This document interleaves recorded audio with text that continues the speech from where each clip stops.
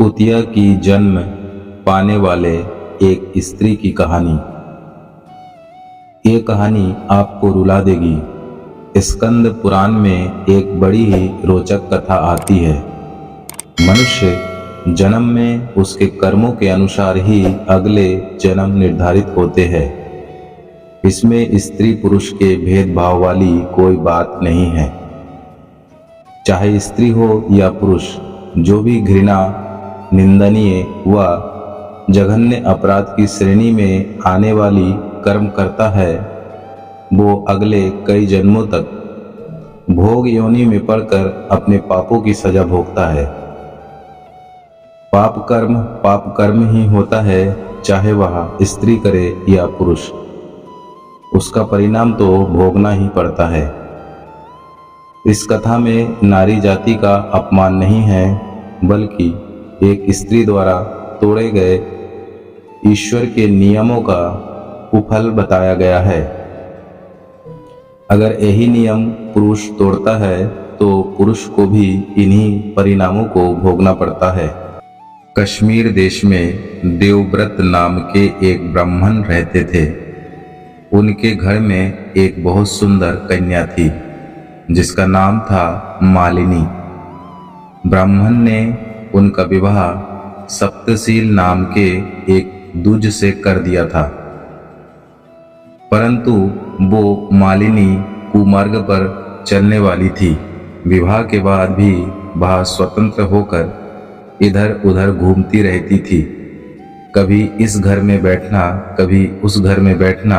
इस प्रकार के आचरण से उसके अंदर दूषित भाव पनप गया था। उसका लगाव धीरे धीरे अपने पति से कम होता चला गया। वो केवल वस्त्र आदि मांगने के लिए ही पति का जीवन चाहती थी। वो उसकी हितैषी नहीं थी। दुष्ट पुरुषों से उसने अपना हित बना लिया और अपने पति का आज्ञा नहीं मानती थी।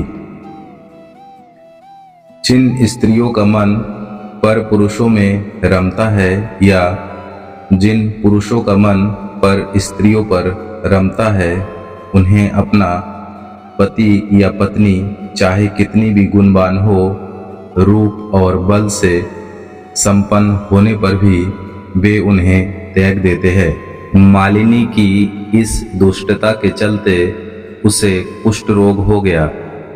उसका शरीर गलने लगा और सब अंगों में कीड़े पड़ने लगे।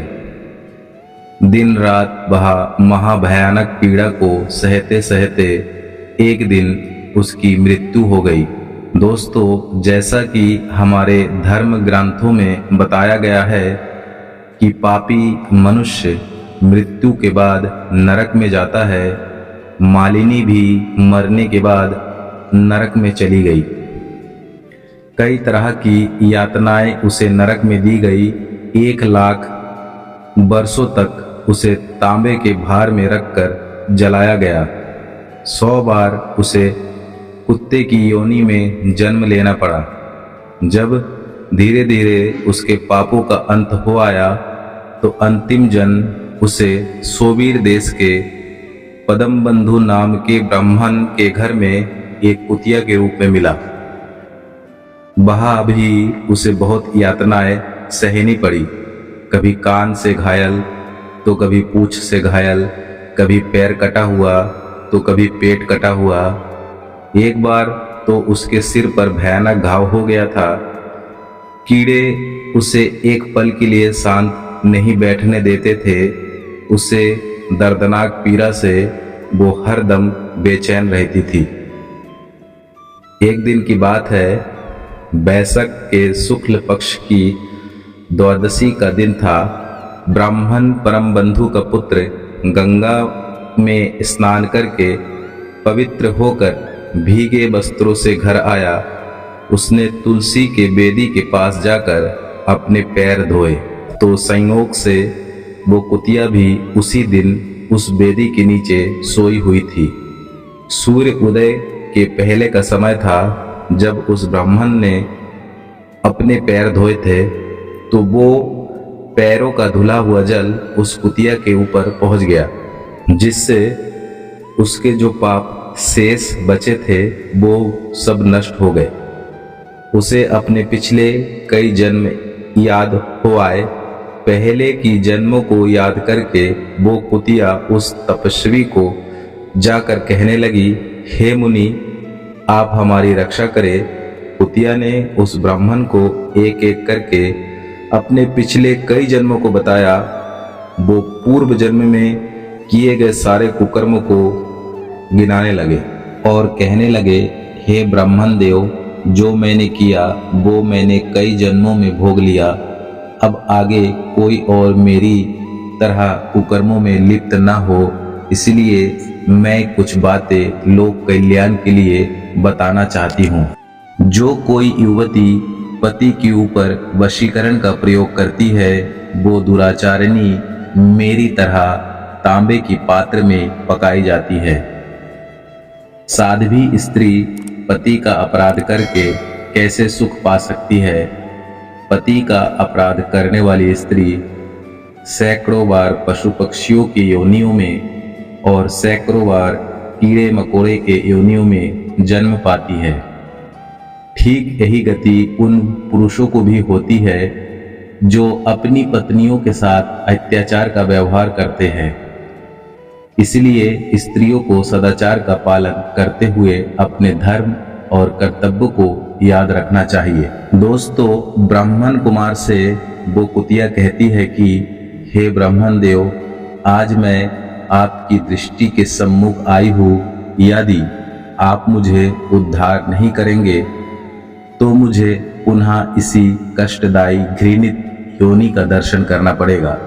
इसीलिए हे तपस्वी महाराज, मुझ पापनी को वैशाख शुक्ल पक्ष में अपना पुण्य देकर मेरा उद्धार कर दीजिए।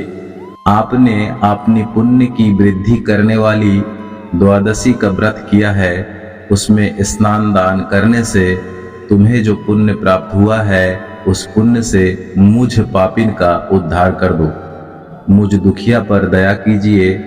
दोस्तों, कुतिया कहने लगी, हे ब्राह्मण देवता, संत, ऋषि और ब्राह्मण हमेशा से दूसरों का भला करते आए हैं। भगवान भक्त भी भगवान के समान होते हैं। भक्त भी यदि कृपा करते तो दीनहीन का भला हो जाते। हे मुनि, आपके दरवाजे पर रहने वाली मैं एक कुतिया हूँ। मुझ दुखियारी पर दया कीजिए, मेरा दुख दूर कर दीजिए। दोस्तों, उस कुतिया की बात सुनकर ब्राह्मण पुत्र कहने लगा, हे कुतिया, संसार के समस्त प्राणी अपने किए हुए कर्म के अनुसार ही सुख और दुख भोगते हैं। जैसे सांप को दिया गया मीठा दूध उसके विष को बढ़ाता है, उसी तरह पापी को दिया गया पुण्य उसके पापों में सहायक बनता है। इसलिए मैं तुझे अपना पुण्य नहीं दे सकता। ब्राह्मण कुमार के मना करने पर वो कुतिया निराश होकर दुख में डूब गई और उसके पिता ब्राह्मण परम बंधु के पास जाकर रोने लगी और कहने लगी कि हे बाबा, मैं तुम्हारे द्वार पर रहने वाली एक कुतिया हूँ। मैंने सदा तुम्हारी जूठन खाई हूँ, इसीलिए मेरी रक्षा करो। मुझे इस नरक योनि से छुटकारा दिला दो। कहते हैं गृहस्थ महात्मा के घर पर जो पालतू जीव रहते हैं उन्हें अपने साथ साथ उनका उद्धार करना चाहिए। जैसे चंडाल, कौवे, कुत्ते ये प्रत्येक दिन गृहस्थों के दिए हुए टुकड़े खाते हैं, अतः वे उनके दया के पात्र होते हैं। जो लोग अपने ही पाले हुए रोग से ग्रस्त और असमर्थ प्राणियों का उद्धार नहीं करते वो भी इसी तरह के नरक में पड़ते हैं। दुख में हर जीव की रक्षा करना मानव का धर्म है। अपने से छोटे वर्ग के जीवों पर मनुष्य को हर समय दया दिखानी चाहिए, यही भगवान की आज्ञा है।